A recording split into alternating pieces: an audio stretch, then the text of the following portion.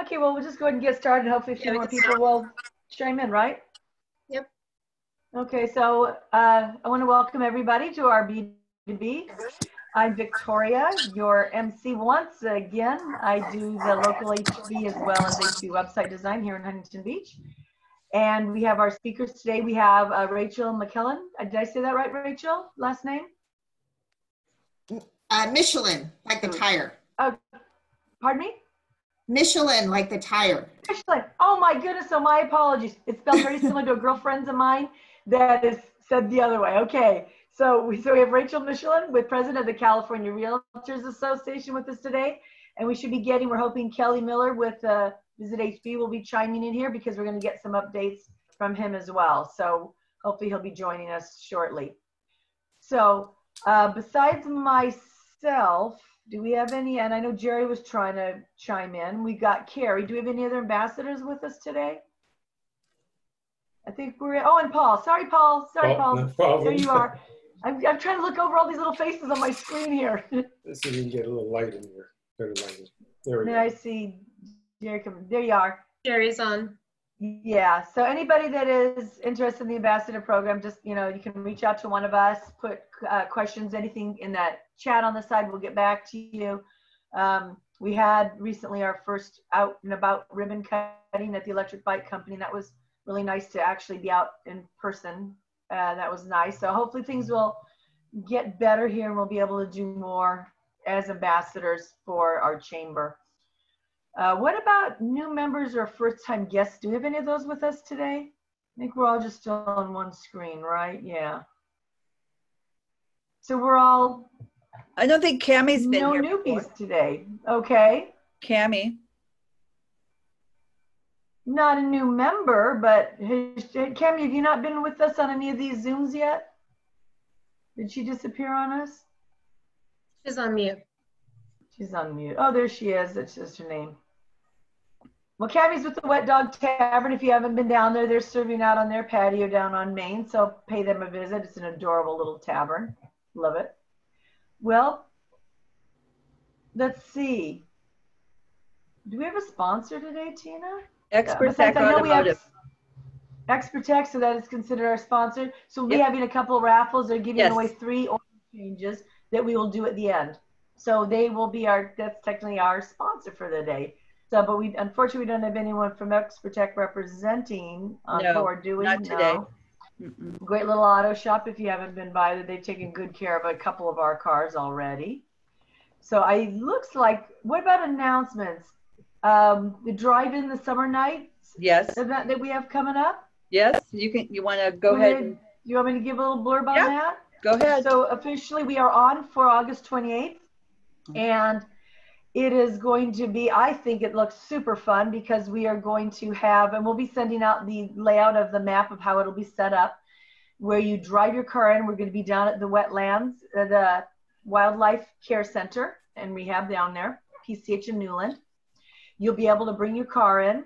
We will have space that you can bring your own small table and chairs or just your camp or lawn chairs to sit out in front of your car to listen to the live music. We have the Ramsey Brothers playing. So there'll be, all the cars are going to be angled toward where the stage area is. And we're going to be using every other space so everybody's far enough apart. Love at First Bite Catering will be doing our food for us. And they're going to be wheeling around, serving everybody at their spaces a 3-course meal that evening. So it's going to be really fun.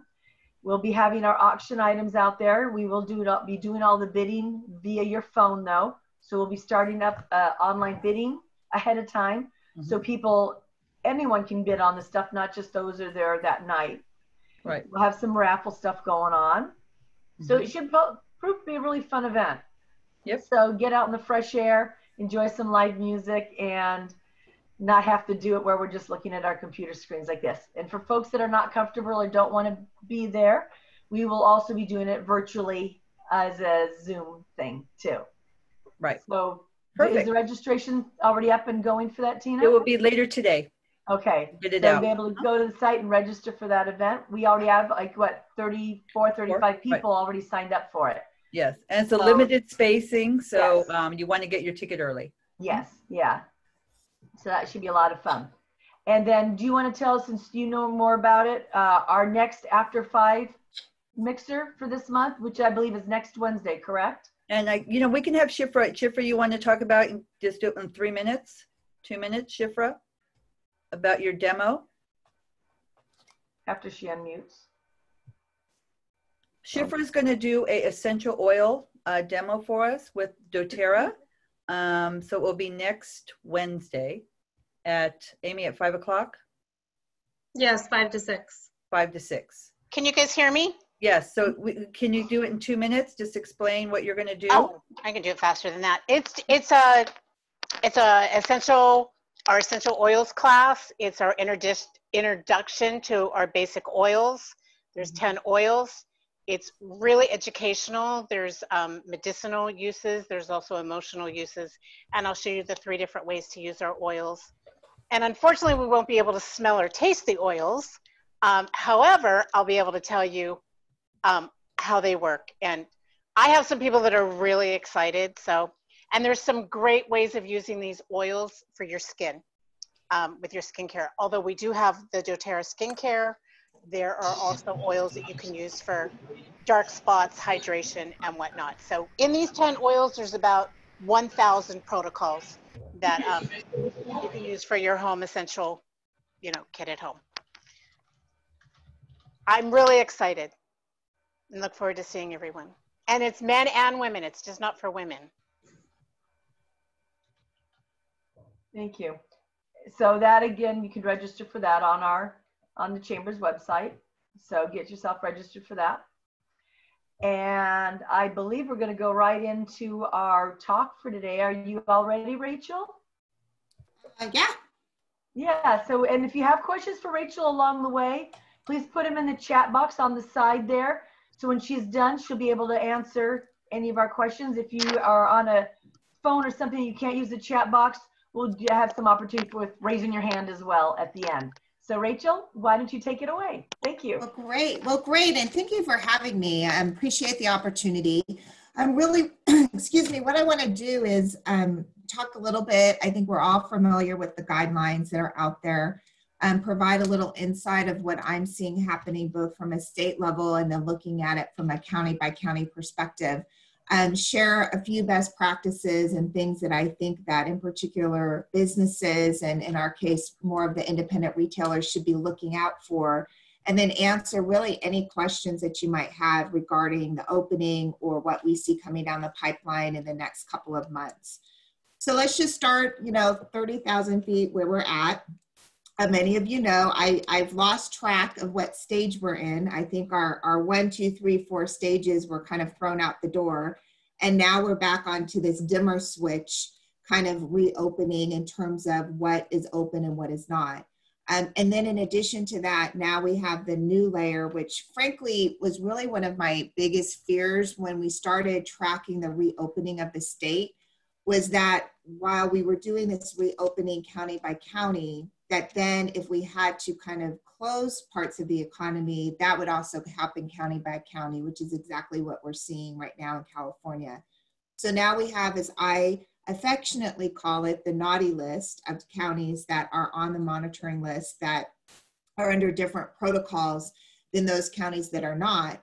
But when you really look at the map, you realize that frankly, about 80% of California's economy is shut down in some form or another at the current time. In addition to that, what we'll see shortly, probably next month and later on, is then the impact of schools not going back in and distance learning. And I think that over the course of the next few weeks, you'll see additional counties put on that monitor list. You'll see additional counties that will be doing distance learning, and what kind of impact will that have on California's economy, particularly when you have parents who now have to teach in addition to work. So I think that'll be an interesting thing to see how that plays out. I think the most challenging part, both for Californians in general, but particularly for businesses, is, there's no end in sight at the moment. When you're a business owner, whether you own a restaurant, a retail establishment, whatever, you are planning out how you're going to be spending your operating expenses, spending your capital, ordering supplies, ordering food. And when we don't have the certainty of how we're going to get out of this pandemic, that becomes quite a barrier to have to face. And now in addition, businesses are going to have to face the reality that some of the workforce may not be able to be working because they have to be at home educating their children. So I think it's a kind of a unique situation. You know, unfortunately, California passed today as the state with the largest number of coronavirus cases in the nation. So we're obviously, you know, haven't really gotten a handle on controlling the pandemic. Hopefully we will see some of the implementations in terms of the mask order and those types of things taking an effect in the next few weeks. Hopefully we'll see the outcome of 4th of July weekend. Maybe we've hit the peak with that. But I think that we all have to really figure out collectively what we're going to do to stop the spread of the virus so that from a business perspective, we can open with a little bit more certainty and stay open with that. So in terms of what it comes, where I think the biggest messaging coming out of the governor's office, and if you watch his Newsom at Noon, which I do pretty much regularly, or follow him on social media or in conversations that I've had directly with the governor's office, right now the number one message point is wearing a mask and social distancing and washing your hands. That's really what they've put all of their eggs in that basket. And from a business perspective in general, at this point from an association, we're just pleading with folks to wear a face mask, and also pleading with businesses to enforce wearing a face mask. If that is the way that we can get out of this pandemic, let's just do it. You know, we've been dealing a lot with, and I've been dealing a lot with you know, the polarization of face coverings right now, whether it's political or not, from our perspective, and I think from a business community perspective, we just need to do whatever we can to try to stop the curve and flatten the curve of the pandemic. But more importantly, I would say this, businesses that are following, and really what I have noticed that are going above and beyond in terms of messaging the importance of wearing a face covering and social distancing, those are the industries that are able to have a little bit more freedom in terms of staying open. We've worked very hard from the retail perspective to do that messaging. We've done that via the media. We've done it with the governor's office, with elected officials, with county supervisors, and really showing that we're trying to be part of the solution.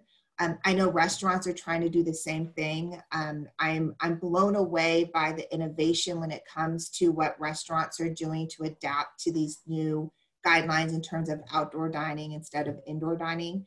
And I think that my fear is that if we don't, as a business community, really continue to push that narrative, then we're going to see further dimming of the economy.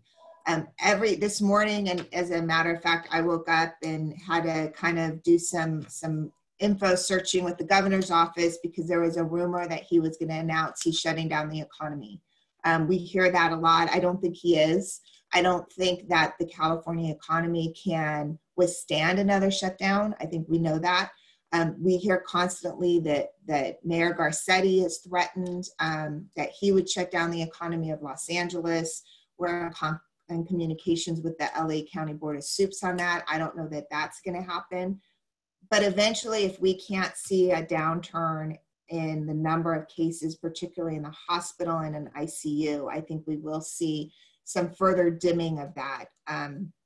It's interesting to watch. If you read his guidelines he put out yesterday for, you know, hair salons and barbershops in allowing them to work outside.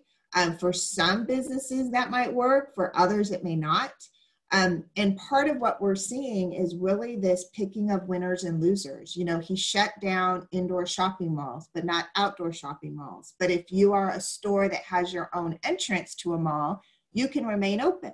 So if you are a department store, like a Macy's or a Nordstrom, or even a restaurant that has your own entrance to a mall, you can remain open, but if you're a store inside the mall, you have to close.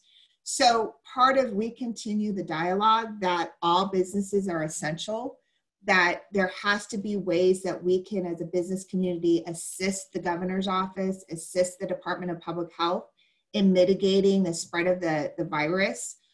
But we need their help as well. You know, we're still pushing for liability relief for businesses. We're still pushing for other things to try to help businesses in general, not just retail. But it really is becoming a situation where, it's sad when you wake up in the morning, you're just praying that I don't have a text message that he's going to shut down the economy even more, because that's what I'm particularly afraid of. We follow the numbers a lot. I'm always looking at the numbers in California. It is challenging. I'll be frank. I think counties like Orange County, LA County, some of our larger counties are going to have a tough time when you look at the numbers getting off this monitoring list, because just the sheer population numbers that you all have, that's going to be a challenge. And I think that there has to be some sort of give and take in terms of, if businesses are showing that we are trying to be part of the solution in solving the pandemic, that there needs to be a little bit more leeway given in what you can and cannot do. So my suggestions, and what I say across the state to business groups all the time, is have plenty of signage. Regardless of your personal view, promote the face coverings in your stores and your restaurants, because that is something that is important, and it's a good visual thing. And from the perspective of the retailers, we're going to be launching a campaign that we're happy to share, and we'll share with you in terms of some signage that we're trying to take the politics out of it.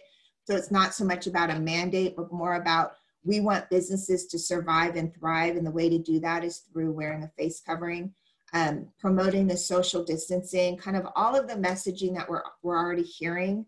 That seems to be the only thing that is keeping the governor from closing down the rest of the state. So we continue kind of monitoring that.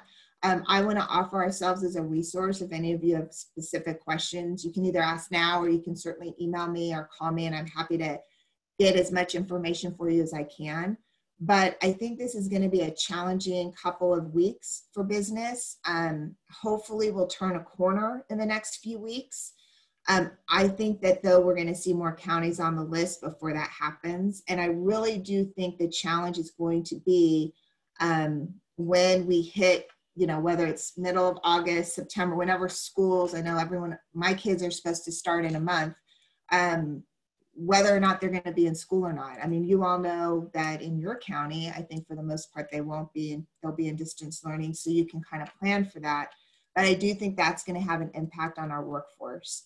In addition, we're really trying to look at the legislation. There's regulations that the legislature wants to put on businesses when it comes to contact tracing, that we're saying we are not the contact tracers.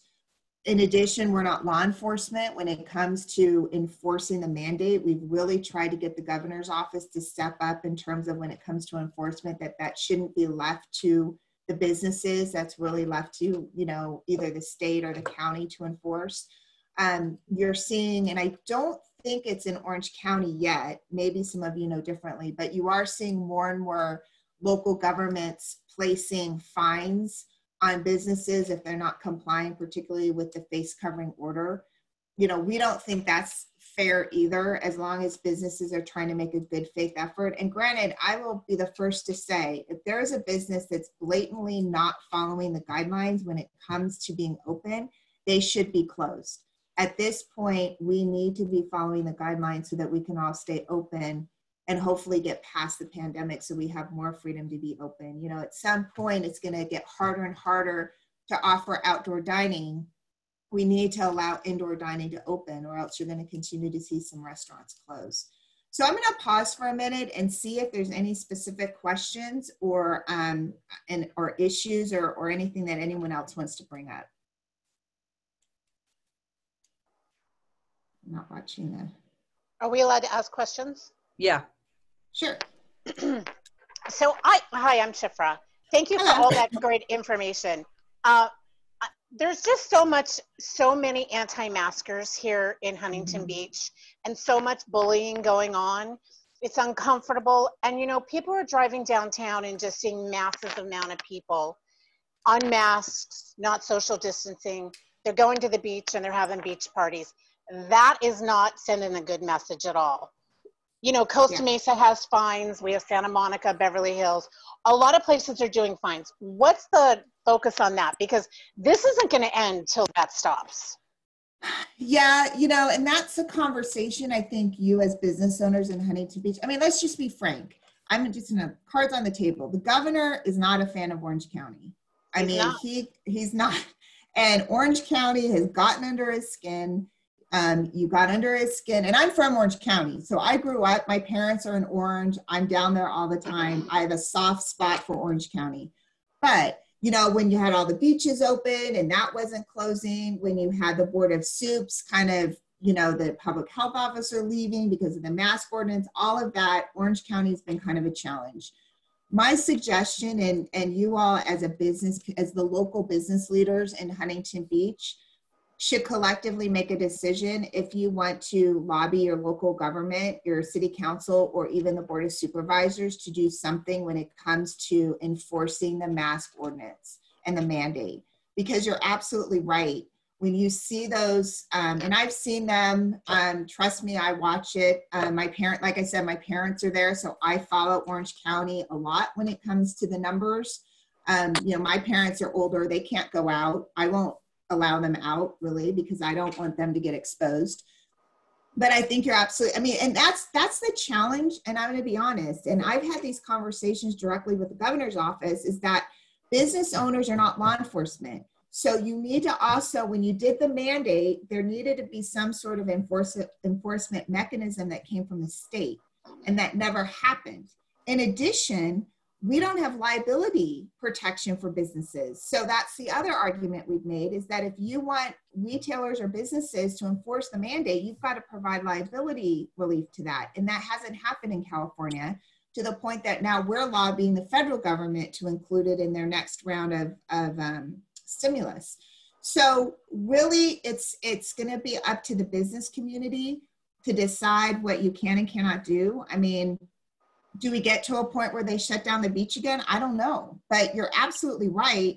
And what's also happening is that when you see other places, like my fear with Los Angeles, city of LA, and this is what I don't understand, is that if city of LA decided to close down their economy, what do you think is going to happen? They're going to come to Orange County. Yeah, totally. They're going to just move. They're just going to leave. I mean, I actually live in El Dorado County. So we're home to South Lake Tahoe. So we have a similar issue. They closed down the economy in Sacramento. Guess what? Or San Francisco, they're all coming up and going to South Lake Tahoe. So our numbers are skyrocketing in South Lake Tahoe. We're about to probably get put on the monitored list next week. So that's part of the problem. And I understand your frustration, and trust me, I've tried. I have gone on national news. I've gone up and down the state trying to get that point across, that if people understood that putting on a face covering for 30 minutes, maybe, that you're in a retail establishment, when you walk into a restaurant until you get seated outside, can make a huge difference in terms of stopping the spread, which means we all then don't have to wear face coverings again. We just can't, you know, and I'm open to suggestions. And like I said, we will share with you a campaign that we're going to launch. Basically, one of the taglines is, you know, mask up to stay open. I mean, if you want to stay open, you need to put on a mask. And we're trying to take it outside of the politics. And we'd love to partner with you all down there and see if it makes a difference. But the other thing is, until some of our local elected leaders stand up and really say, even if they don't necessarily agree with the governor or the mandate, and say for the businesses to thrive and survive in this weird pandemic that we're in, we all need to put on a face covering.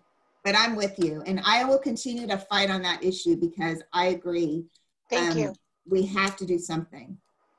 Rachel's Bruce Berman from college. Two things. I'm old enough to remember when seatbelts became mandatory. Mm-hmm. People now don't give second thought. And there was the same problems with them then. People cut them off. People didn't wear them. I don't understand why people won't wear face masks when it's not such a terrible thing to do. On Saturday evening, we drove through Newport Beach and downtown Huntington Beach. No masks, no face, no social distancing. Restaurants loaded to the hilt with people, not even enforcing the distancing in their own establishments. And I drove into 2nd Street in Long Beach and Pine Street in Long Beach. There wasn't a person around. And those people that were around were wearing masks. So we have to find a way to convince people that wearing a mask is so bad, doesn't infringe on your constitutional rights. It's a health issue. It's not a constitutional right issue. Yeah. Then businesses can stay open. Then you get some businesses, and there's a few restaurants in Huntington Beach that says only people without masks will be allowed in. Mm-hmm. Without masks. Well, that defeats the whole purpose of everything we're doing. So that harms all those restaurants that are trying to go the extra mile and businesses to meet the requirements that the states put out. And you know, and that's a great point. I've seen that too with retail stores. And frankly, you know, I've gone in there and talked to them and said, you know, you're ruining it for everyone. I mean, the fact of the matter is that we have tried with the governor's office and with local electeds. And, you know, one of the things that I will commit to all of you is we will send a letter to the Board of Soups in Orange County from the association about the mask stuff, because I think that's important. And I'll make sure you get a copy of that letter, but and I'm working with the Restaurant Association too on some of these things collectively, that as a statewide voice, the importance of enforcing these mandates. Again, you're absolutely right. This is not about politics. It's practical. It is a practical thing we need to do as we try to move out of this pandemic. And what kills me is exactly what you said. And I would say that there, you know, it might be other businesses having to hold other business owners accountable, but I think it's irresponsible for businesses to put up the sign saying only people not wearing a mask can come in. Do I like wearing a mask? No. Am I convinced that it's going to stop it? I don't know, because we're getting thrown so much information at so many different times. You never know. I think at this point we've passed the point of knowing what's right or not. It's basically, sometimes it's feel like we're throwing things against the wall to see what sticks. But if wearing a mask is the one thing we can do that maybe could stop it, then let's just do it. And I agree with you. And I don't know, I'm with you. I don't understand people going into a restaurant or to a retailer and throwing a 2-year-old temper tantrum and showing up on social media. I don't get a woman who was at a Trader Joe's in Los Angeles throwing her food out of her cart because they told her to wear a mask. I mean, I don't understand that human behavior. All I can floor of a restaurant. Yeah. Correct. That was yeah, I mean, we've had people have knives drawn on them for trying to just enforce the mask ordinance. We've had people beat up just trying to enforce this mask ordinance. And for me, we're going to try this public affairs campaign. We're taking a different approach in terms of not even, you know, we're using the California Bear. We're trying to make it fun. We're trying to do something different. Not coming from government. Maybe if it doesn't come from government, but comes from business, maybe that would help.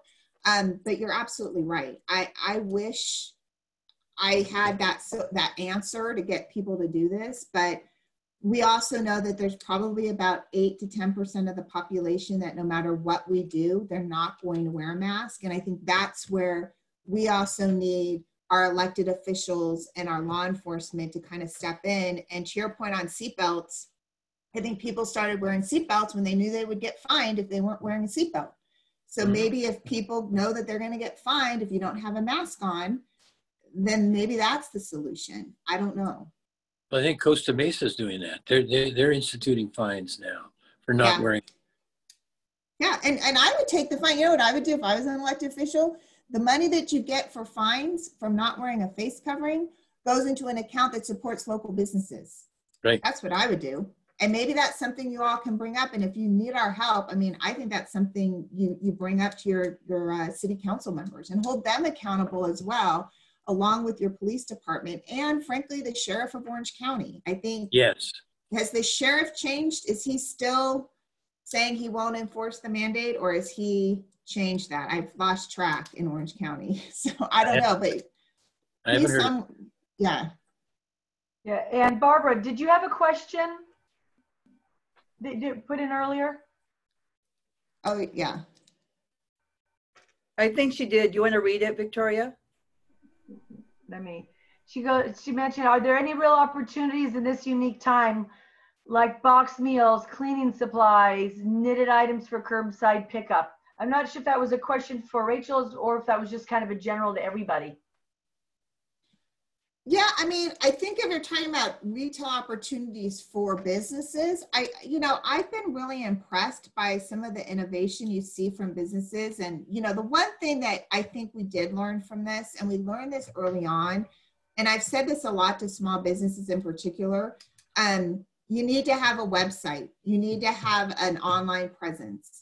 And one of the things we've tried to help with businesses is to really get that online presence because of the curbside. I think that, again, when we first hit the shutdown, what frustrated me the most was really this picking of winners and losers. And I think that, one of the things we saw was that even though the governor would say, oh, but now they're open for curbside, and I'd have to remind them, but not every business is ready to do curbside because they don't have the capacity to do that. So I think there have been some opportunities, unique partnerships with different things. I've seen restaurants who will partner with retailers and they kind of share and they market together. So I think there has been some great collaborations through this pandemic, but ultimately the best way for businesses to succeed is for us to get out of this pandemic so that you have the certainty to run your businesses and not sit here on the edge of your seat wondering what's next. Are we going to get shut down? Are we going to have more guidelines? Are we going to have new regulations put on us? Because that just isn't going to work for a long-term survival of particularly small businesses throughout the state. Is there any other questions that have popped up? Anybody else want to chime in before we move on? I see one that says, what are the businesses that are succeeding doing? I would say particularly on for smaller businesses, what I've seen is hugely upping their social media presence and really using social media. In where I live, my local Chamber of Commerce is doing a program where if you spend so much money at a local restaurant or a local non-chain, but local restaurant or local store, so it doesn't work for Target or anything like that, you can turn your receipts into the chamber and then they're making a donation to a nonprofit on your behalf because you're utilizing, keeping these small businesses in business in our community. I think someone talked about a bakery on here. So, seeing these unique relationships between different businesses, what I have been really surprised at, and I'm sure it's probably similar, I hope, in Huntington Beach, is the property managers really trying to partner with the businesses in terms of bringing out tents and opportunities to eat outside. I will say I was out with my husband and you kind of feel like you were in Europe. I mean, it was kind of nice to be outside and in a little bit more expanded patio. So I think you're seeing things like that that's helping with the success. But again, particularly on the restaurant side with the outdoor dining, I mean, in Orange County, you have a little bit longer of a season where people can sit outside and enjoy eating outdoors. Other parts of the state, by the time we hit, if we're still doing this by, September, October, I don't know what those businesses are going to do if we're still under the statewide ordinance of no indoor dining. So I think those are some of the things that I see working, but some of the cautionary tales that I'm also looking at is down the road, how long can businesses sustain the uncertainty of not knowing what kind of guideline? I mean, every Newsom at noon he has, I sit there and wait, like, okay, now what are we going to get? Like, what's the next thing coming down the pipeline? And we'll do one last question here. I saw, have you heard on this post on Facebook that the governor's determining now what is considered a meal? So I'm assuming that means for places that are serving outside, it's like, say if it's a bar/restaurant, but they have very limited food, what are they considering a meal? Have you heard anything on that?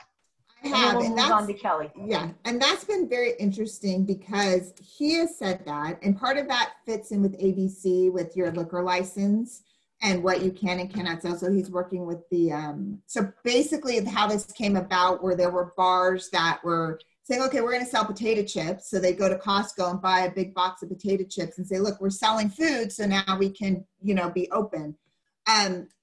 I've also noticed, though, Ventura County, as an example, the public health officer came out with different guidelines and they defined what a meal is. And it's actually a little bit more lenient than what the governor was doing. And so that's the other thing is we're seeing this patchwork again throughout the state.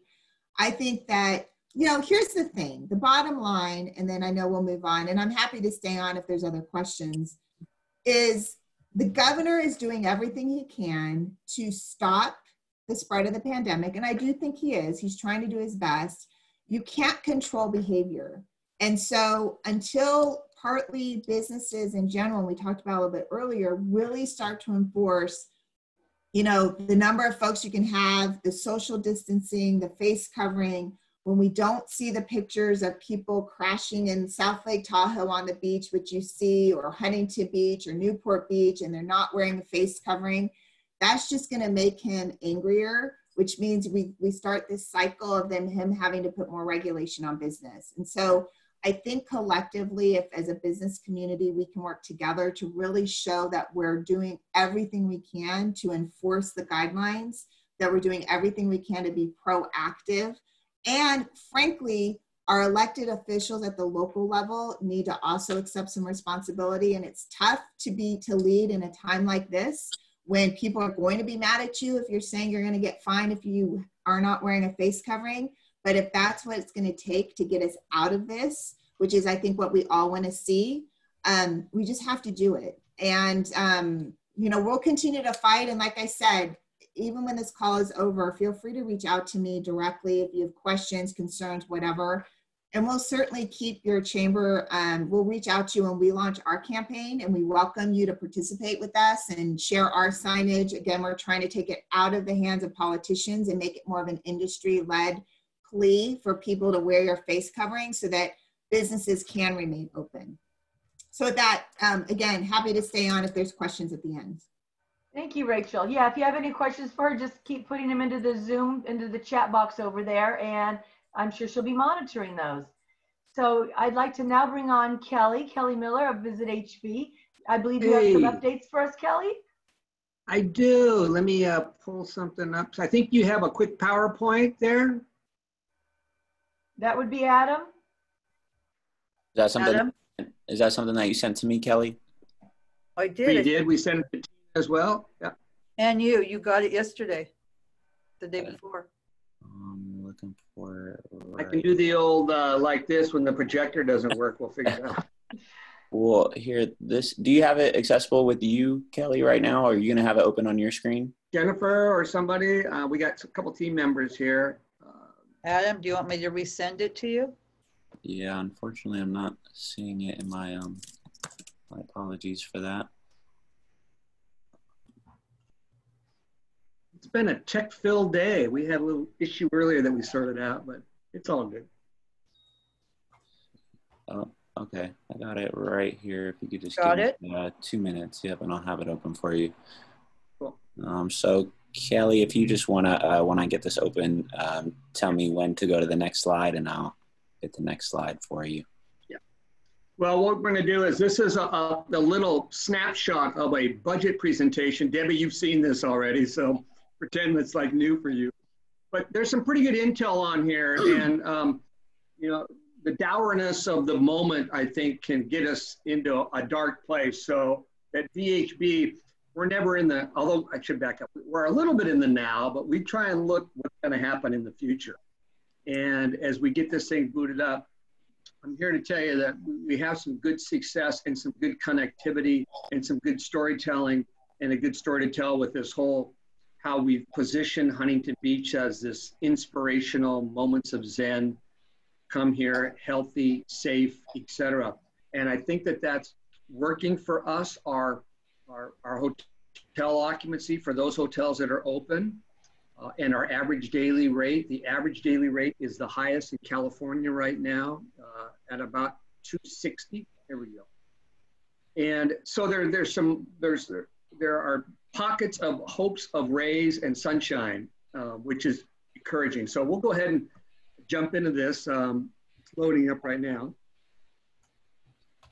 Take a minute. Yeah.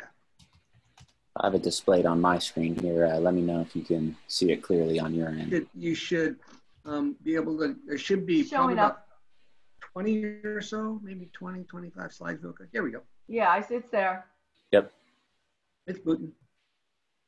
So the first thing, this is our strategic plan. And what we thought we would do is just kind of, we tend to connect on a more global basis to see what Fortune 500 companies, what they're focusing on, because that can tell you a lot. And I think there are 4 or 5 things that we are focused on from the next several years. So if we could go to the next slide real quick. And this was, we can access this ANA. This is an organization that kind of tells us what the world's thinking. And I thought you would find these 4 sort of global leadership goals for the big boys and girls out there in the global companies, that they want to drive growth through fostering more equitable and sustainable societies. I think that's pretty obvious. And this human-centered brand experiences, authenticness, storytelling, genuine. And the true promise of data and technology. I mean, just what we're doing right now, and trying to dice and slice that in such a way that we are more efficient with what we do. And certainly as we're down to less than half of the team that we had, and certainly a much smaller budget. And then full diversity and inclusion through our marketing talent pool. And that's front and center for us moving forward. And I think we have a good game plan on how we deal with that. So next slide. There you go. So right before all this lovely stuff happened, we had done a full board retreat, and 4 big pillars came out of that. And this kind of drives, the old saying, if you don't know where you're going, you just might not get there. But to drive global brand awareness, this whole Ride Your Own Wave, which is a perfect little sub-campaign that we're going to be launching here, making sure that we're aligned with the consumer demand and those partnerships. And this other next one is that pursue that destination stewardship. So we are just loaned Surf City USA for the time that we're here, and it's going to go to the next generation. So destination stewardship is absolutely essential, and we are plugged into that in a big way. We will certainly want to enhance community and stakeholder outreach and engagement. What are your needs? How can we can help you tell your story to the hundreds of thousands of people that we're touching on a monthly basis, and then making sure that we're as organizationally efficient as possible. And this pandemic has helped us get there. We are doing multitasking, just like I'm sure all of you are doing. And so that's kind of the framework on our strategies. Next slide. California Intel. So Visit California is our statewide tourism marketing organization. Next slide. And we've kind of followed this 4-wave integrated recovery strategy. You'll see how you kind of go through that. It's the local market support, in-state, Western, and then a national. And you can see where you see that big pivot here. It's just trying to get our stuff dialed in, and then we'll slowly pivot to this drive market development, which we're currently doing right now.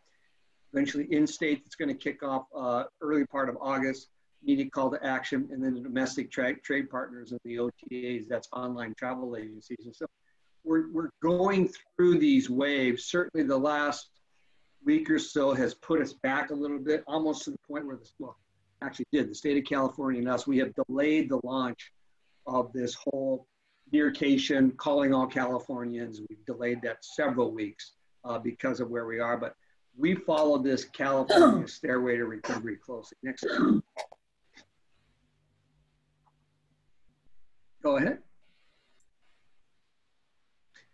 So we bought into a Visit California, what's called a co-op campaign. It's about $80,000. So we took the limited dollars that we have, and we love the calling all Californians. North Carolina did this. I was part of that way back in after September 11th. And it really was kind of discover the state you're in, help your own state out. And we saw a huge uptick in people within the state. And we think California is going to be the same way. So we You can see some of the creative right there. Support your state by vacation. You're calling all Californians. Put a smile on every face in your family. So we think those are pretty right on. And again, there's delay. We'll launch it on August 10th. And I know that for us, I think we got a little extension, so we'll probably run this into early November as well. Next slide. So website, that's how we are certainly connecting with people. Email, website, social media, those are the three things that we are really pushing out there. If you go to the next slide, I think this will be pretty fascinating, I think, for those of you on this. So a company who we work with, they did some intel for us called Destination Analyst, and they went in and they looked at our website, they looked at who's using it. And I think you'll find this fascinating. 40% of those who come to surfcityusa.com are residents. That is huge. 50% are non-local potential visitors, and about 1 of 10 are local businesses. So that gives you the framework of, you'll see some of the word searches there. That's important. We know that the local residents, they want to do staycations. They're checking into the hotels. They're coming downtown. They're going to Bella Terra. They're going to Pacific City. And that's a good thing. Okay, next slide. Oops. This is the intermission part of our program here, so grab a drink. All right, so this is fascinating too. So they gave us, which I thought was interesting, here's some intel. So 62% of those coming to our site. And I should tell you that we probably get about 1.3, I think I'm right on that team, 1.4 million unique visitors to Surf City USA a year. So it's substantial. You can see the average age is 53. About 1 in 5 have kids under 18. You see what they're looking for. Activities, outdoor restaurants, COVID resources, hotel and lodging. You see what they're looking for, the closures of public spaces, closures of businesses. So we jumped in right away and we were very proactive with the chamber and the city to make sure that all of us were the voice of places where people could go and get facts out there as soon as possible. And that's a tough one. Some bureaus like us, they tend to sometimes shy away, but I've learned in this, you got to be the trusted space in place so you get people coming back and they can benchmark you. You see 8 out of 10 love the value that we provide. And next slide. And this is our recovery plan. This is what we presented last week to the exec committee and yesterday for the full board. I think you'll find this fascinating.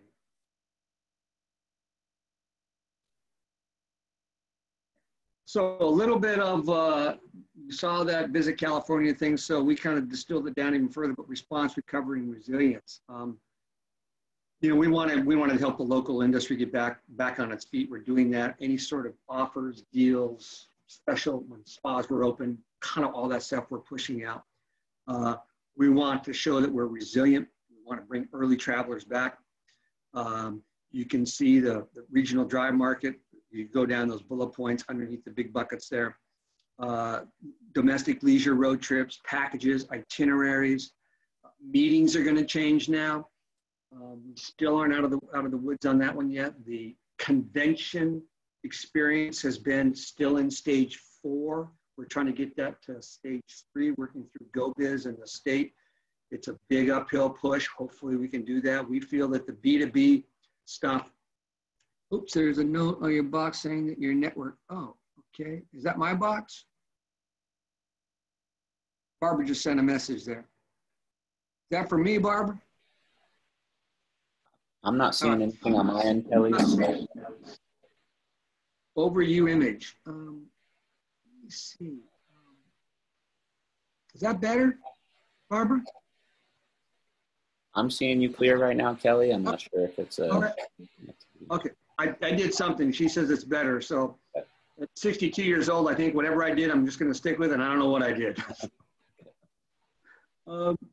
So, you know, when we talk about resilience, it's like second block, making sure that people understand that there's a safe and healthy way to experience Huntington Beach, and making sure that we're doing everything we can to make those businesses be as resilient as possible. And you can see as we go through those phases. One of the things that I'll say is that the Surf City USA brand, openness, beaches, fair amount of space between our downtown hotels, Pacific City, Merchants Downtown, Fifth at PCH. People tend to like that. They like that footprint, and they feel that we think that they're going to be coming back to that time and time again. Okay, next slide.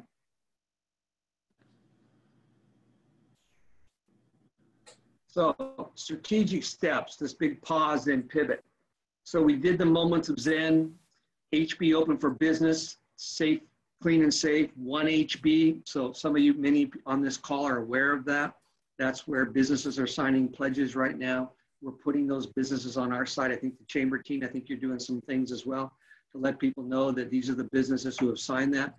Once we kind of we're up to almost 80 businesses. Once we get a little bit of more room between what happened with the recent closures for dine-in, et cetera, then we'll launch the consumer piece of that, where people can say, yes, I'm going to wear a mask in public. Yes, social distancing. Yes, if I'm not feeling well, I'm going to not go out.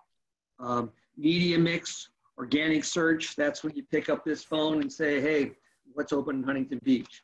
That is a big part of what we do on those keywords, that kind of stuff. Social media channels, that's between Facebook, Instagram, Pinterest, and LinkedIn. It's getting close to 200,000 people who we can touch on any given moment when we blast those four platforms. So that becomes really important. E-newsletters, we just learned that that is the #1 single source of how people are making decisions about destinations. So we are active in that space. And then of course, paid search. We go out and we pay for certain words that people search for it, and boom, that stuff pops up. Local and regional families, that's the markets we're going after. The resilient traveler, 35 to 64, see what they're interested in. And of course, residents and partners who we already talked about. The timing of all that, we kind of did that strategic stuff. We started that on March 16th, and that Moments of Zen, so we continue to work through that as we get into August. Go ahead. Next slide. And then of course, we do the recovery, then accelerate. And you can see calling all Californians, rediscover your glow in Huntington Beach. We love that. That's a little theme we're going to have on some banner ads, I believe. Put a smile on your face, catch the sunsets. We're coming up into September, October with iconic sunsets. Welcome back to HB Life. That was a deal we're working with the city. Had to put a little bit of a pause on that because of what we just talked about. There's some of the marketing mix there. We've touched on that. We're very targeted in what we do. If we know that you're in that demo group, we can get you a message. It's crazy. My wife was looking at some shoes on Nordstrom 2 nights ago, and I woke up the next morning, and there on my Facebook feed is the same shoes that she was looking for. I don't know how they do it, but we have good people who can help us target that sort of stuff. Those are the markets. As we kind of move through these various phases, you can see that the OC, #1, LA, San Diego, up north, San Francisco, Palm Springs, Riverside, those resilient travelers, those that are coming back. And this is important too, that kind of the 3 experiential pillars that we really have focused on, and you might have heard me talk about this earlier in our presentation, but laid back luxury, health and wellness, multi-generational family, outdoor sports.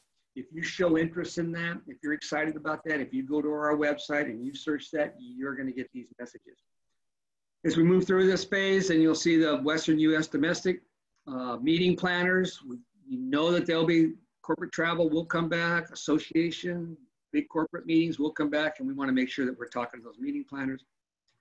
And then as we recover, we'll expand into some other further outreaching areas. And timing, we're going to keep moving forward this next calendar year. Next slide.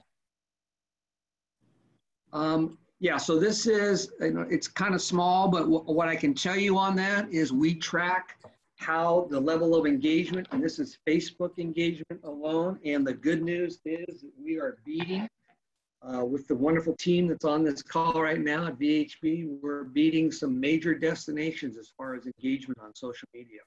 We've worked hard on this to get this opt-in stuff on all these platforms, and when we see 30, 40, 50, 60,000% numbers of engagement, and us going off the charts. We're stoked about that. That means that people are coming to us. They feel good about that. They trust us.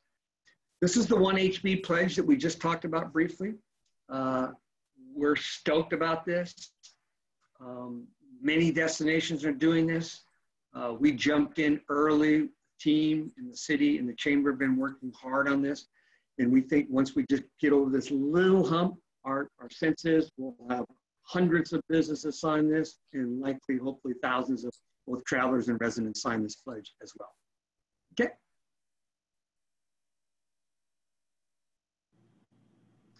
And I think I think that there were a couple questions. Yeah, I did happen to How long notice will here. Do you happen to know, Sandy, do you want to read it or do you want me to read it? I'll read it out. She asked if you have any information on how long downtown's going to stay closed for this outdoor dining plan that's going on right now. Any updates as maybe additional streets being closed?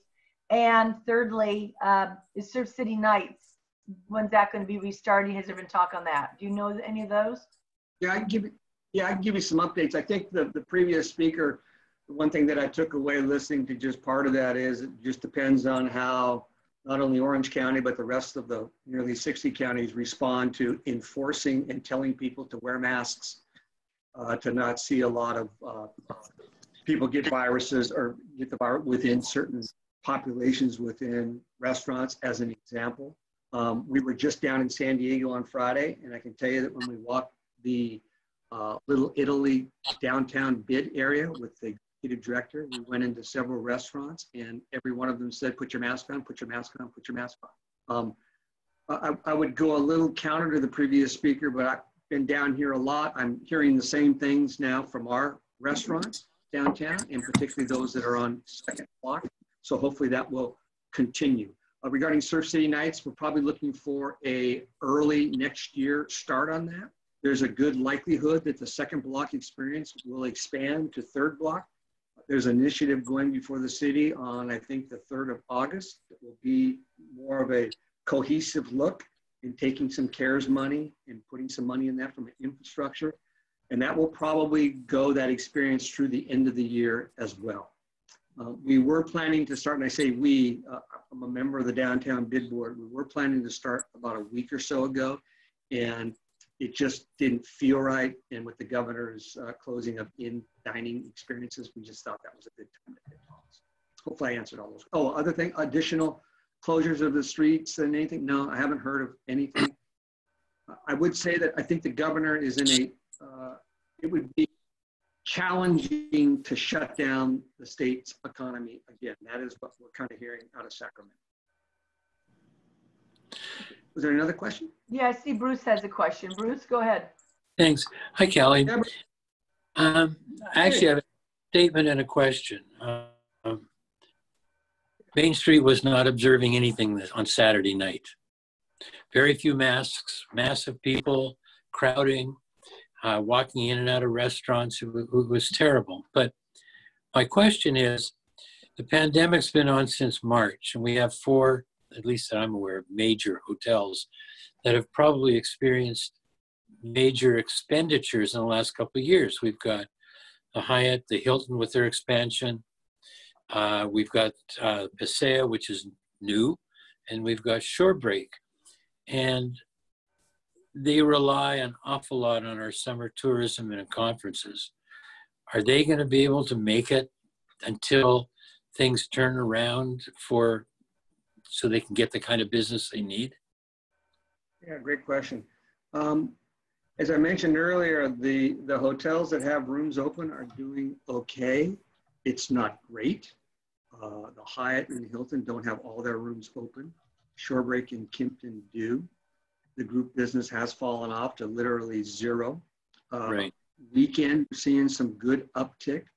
I can tell you that they've done exactly what you've all done. They have become lean and mean.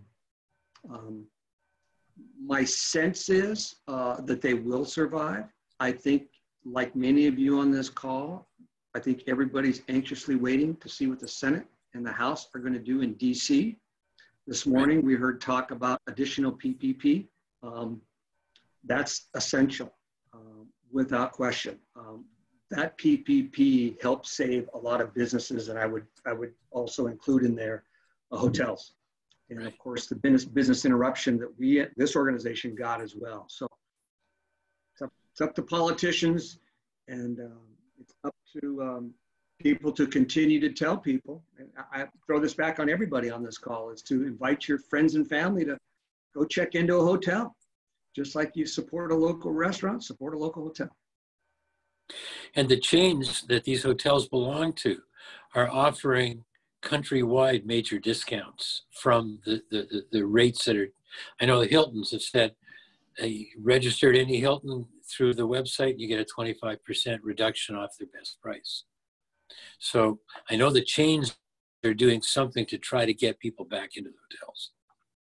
Yeah, one thing I'd say about rate, we have seen not as much downward movement, Bruce, as what some other destinations are. Certainly you go to the affinity sites and there's certainly, you know, if you're Hilton Honors or whatever it might be, you're going to get probably some deals, but we've been surprised, and I think pleasantly surprised, that there hasn't been a big sell-off. We've experienced that in our industry several times, 07, 08, and September 11th. And as you may or may not recall, but September 11th, when that happened and the big rates, that's when OTAs came about and people were dumping inventory. And because of that, it took a long time for the hotels to come back.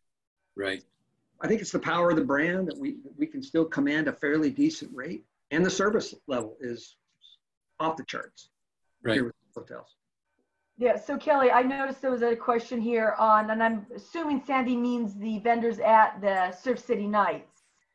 That is there ways to find out where these vendors are, if they're still offering, where you can buy from them to support them? You bet. In fact, I'm making a note to myself. What I'll do is I'll send to Tina or somebody at the chamber.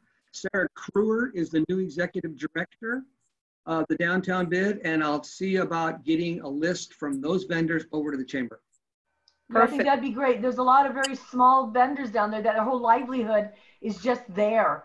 And so they're basically like other businesses shut down right now. Yep. So that's great. Yep. Thank you for that one, Sandy. Victoria, can I ask him a question? Sure. Hi, Kelly, this is Shifra. So you were talking about the hotels, and my question is, because I know other people have asked me about this, so I'm going to ask you about this. Yeah. How are they sterilizing these rooms? How do we know these rooms are safe and sterile and sanitized? And how do we find out what their protocols are in the hotel of wearing masks, gloves? How do we find that information out? Yeah, great That's question. really important. Yeah, absolutely. You know, there are smart people who've been working on this since this first started happening. I'll use Hilton as an example. If you were to go to the Hilton's website, they have a branded protocol and they'll seal the room. And as you go through those websites, both the Hilton, the Hyatt, go to Kimpton, and then go to Paseo, they have other hotels that will be clearly laid out. And I will tell you this too, it's a great question, by the way. We just learned that Hyatt, I talked to Peter Rice beginning Monday, Hyatt globally, particularly in the States, everybody's got to wear a mask, including if you're on property. Including the patrons, because I know at the Hilton, Yep. because my son's a manager, he's a supervising manager over there. Yep. The patrons they're not forcing them to wear masks. They're not Yeah. even forcing them to social distance. So a little concerned about that when we hear and see, and I've been there, so I've seen it. Yeah. I think that's an evolving thing. Like I just said, the Hyatt there starting that Monday, and I would not be surprised if you see other major chains do the same thing. Kelly, Thank on you. the events for the hotels, are they starting to have events, or is there a limit of gatherings, like for 50 people, or? Yeah, that's a tough one. You know, you've seen a wedding here too, and that kind of stuff. John and some of the people on the team, we were planning to have a big 350, 400 people, our state trade association, Cal Travel, and we canceled that and moved it to March. Okay. You're seeing a couple of small things that can happen, but the big stuff, that's not happening. Got it. Okay. It's not happening. Do we have any other Thank questions, you, Kelly. guys? Thank you. Thank you. That's some good information. I think with this, then we are going to go right to our raffle, pull a couple raffle winners, and then this will stay open for just general networking until they shut us off in about 15, 20 minutes. Yep. And feel free to unmute yourselves and chat amongst yourselves after Tina does the raffle.